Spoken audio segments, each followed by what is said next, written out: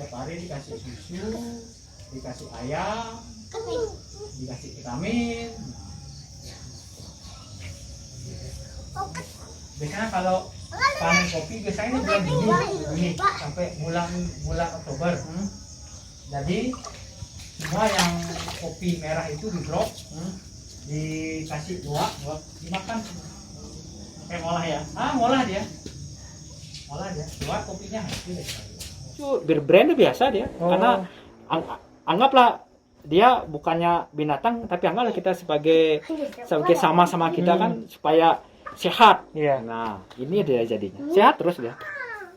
Jadi kopi itu dimakanin ke mereka gitu ya. Dikasih makan yang merah-merah, nanti mereka milih lagi mana sih kopi yang paling bagus, itu dimakan.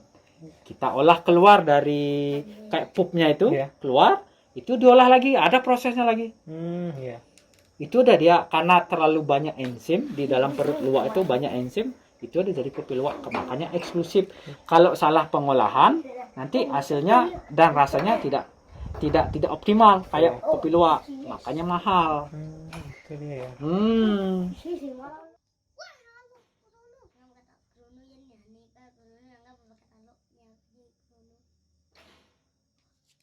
Oh, ini Rosella dia, bunga Rosella. Oh, ini Rosella ini ya? Bunga Rosella dia, tumbuh. Kayak minum tadi itu kan ada tuh Rosellanya. Awas digigit. Ini dulu. Makanya ada orang dari Aceh, dari mana gitu menghasilkan banyak bertonton tanpa tanggaran, nggak mungkin. Di area luar liar nggak mungkin bisa menghasilkan beberapa ratus kilo gitu, nggak mungkin lah. Makanya kita kasih makan yang merah-merah, yang kopi merah setiap panen selama 4 bulan itu kan. Dia milih lagi yang paling bagus. Oh, dipilih sama dia ya? Pilih lagi. Kalau itu nggak bagus dimakan, kalau bagus optimal hasilnya dimakan. Tapi kalau sudah hasil dia keluar tuh berarti pasti bagus dia hasilnya. Pasti.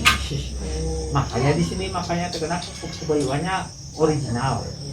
Nah itu dia, mutunya tetap, rasanya tetap, kualitas sama. Orang di sini kopi luarnya Kanada, Belgia, tuh Jepang, biasa Korea.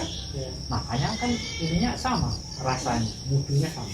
Memang benar kok. Memang kalau kopi luwak itu eksklusif, secara pengolahannya itu harus pas dan benar. Kalau nggak benar ya hilang rasanya, hilang. Kalau keluar dari dia ini udah bagus hasilnya ya. Iya, kalau dia keluar menggumpal menjadi satu dia kayak gini. Kalau itu diolah secara tidak benar ya hasilnya nggak optimal, nggak kopi biasa jadinya, nggak bagus. Karena kan itu keluar dari kayak dari anus itu kan, kalau itu diolah biar menjadi hygiene yang siap diminum, sama kalau itu nggak bisa pengalaman kalau itu sama dengan bahaya juga kan. Makanya biasanya berapa bulan, ada berapa waktu dia ininya atau ternaknya dia untuk berusaha ngakhirin nggak? ngelahirin biasa. Oh biasa ya? Biasa ngelahirin biasa, luwak kan sama kayak kita Ya. Cuman bedanya itu ya, kelebihannya luwak itu enzimnya aja. Iya. Sistem Sistem pencernaan pencernaan itu ya. Makanya tingkat kopinya agak asam. Iya. Kadang-kadang orang bule barat atau timur suka yang asam. Iya itu. Kalau Arabica tingkat asamnya tinggi, kalau Robusta tingkat asamnya lebih rendah. Iya.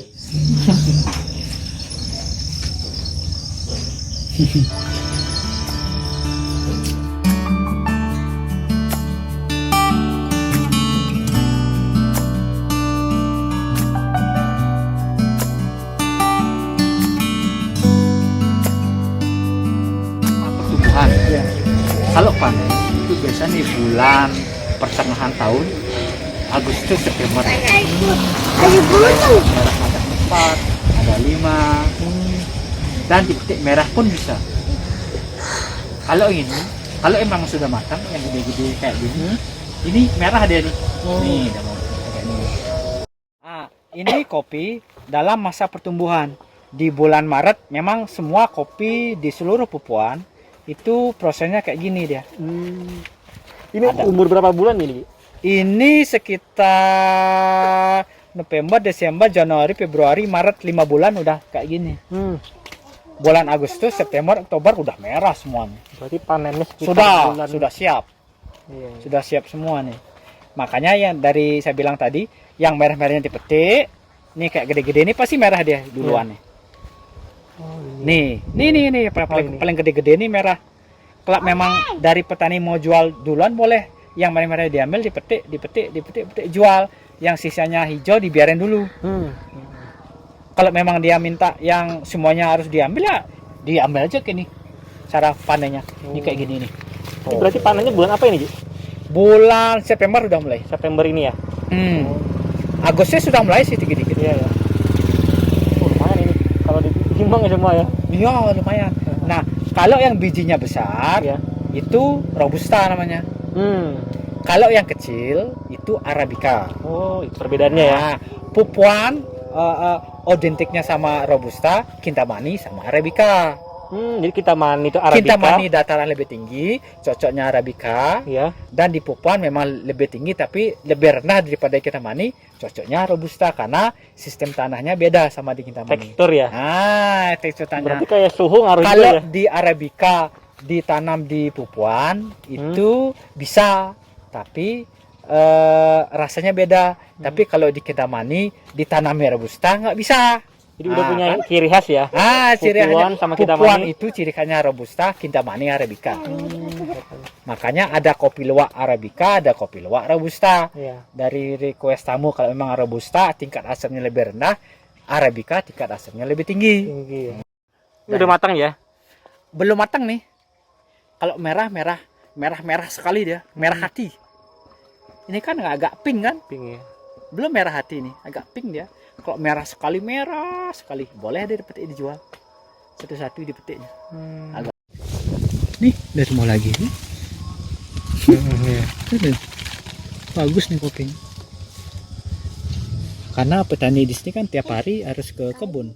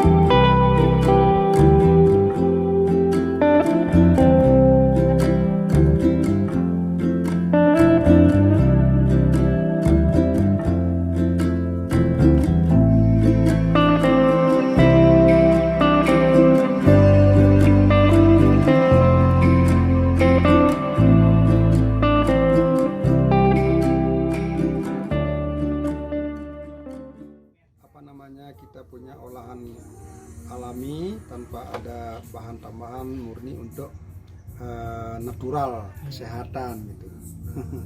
Dan ini waktu pandemi banyak orang suka kembali ke minuman alam. Organik nih Pak ya ini ya? Organik ya. Di sini kan tanahnya subur, tidak ada yang harus pupuk kunyit, memupuk jahe, semuanya ditanam alami, dipelihara, segar sekali. Enak. Tuh ada kunyitnya, boleh kata itu kunyit asam. Asam ini ya. Asam dari Rosella langsung, bukan. Ini kunyit Rosella Pak ya? Ya.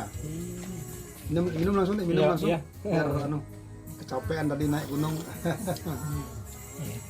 Itu namanya kunyit plus Rosella, sangat segar, diminum pada sore hari pelepas dahaga, kalaupun pagi juga enak sekali ini. Ya, segar sekali Pak. Ini itu Rosella, menurunkan kolesterol, juga membantu menurunkan tekanan darah tinggi, sebaik untuk Rosella. Kalau ini turmeric sama Rosella, vitamin dan juga baik untuk kesehatan perut itu. Para wanita kalau dikasih kunyit plus rosella itu seperti jamu langsing itu. Pandemi corona kita antisipasi dengan pola minum yang kaya vitamin, yang juga ada rempahnya, itu sangat baik untuk meningkat imunitas gitu. Ya, artinya kalau sudah imunitas bagus, sekiranya kita terkena COVID itu masih sangat kecil resiko kita bisa jadi positif, karena virus kalau dikasih rempah itu kan seperti apa? Seperti penawarnya begitu. Tercinta Indonesia yang kaya dengan rempah, kenapa kita harus pusing-pusing? Karena kita punya potensi, mari potensi itu kita gunakan gitu. Agar apa yang tersedia di tanah tercinta Nusantara bisa membuat kita hidup sehat. Bagaimana kalau kita hidup di daerah yang tidak punya rempah, Deo? Dan rempah ini hidup di daerah-daerah tropis gitu. Maka tidak salah dulu ketika Indonesia dulu diburu oleh para penjajah, yang dicari adalah rempahnya gitu. Bukan apanya, bukan minyaknya dulu, tapi rempahnya gitu. Tapi sekarang kita di sini mengolah, ada jahe merahnya, ada kita punya Ada apa Pak? Selai apa ini, Pak? selai nanas. Kita ini ada istilah tumeric atau kunyitnya. Ini ada temulawaknya gitu. Semua ini adalah potensi dari daerah kita sekitar ini gitu. Ya, daerah Tupan, Ujungan, siap saji Tabanan, semua, Pak, Pali, ya? siap saji, tinggal diseduh seperti ini loh, kopi aja kopi, itu ya. Ini tak perlu ditambah gula lagi, cuman diseduh aja. Produknya Gunung Sari ya. Ya, karena kita di lereng gunung gitu. Ini selai apa Pak ini Pak? Itu selai blueberry. Blueberry ya. Ya. Ini Dan baru anget nih, masih baru baru matang mateng ini. Ya.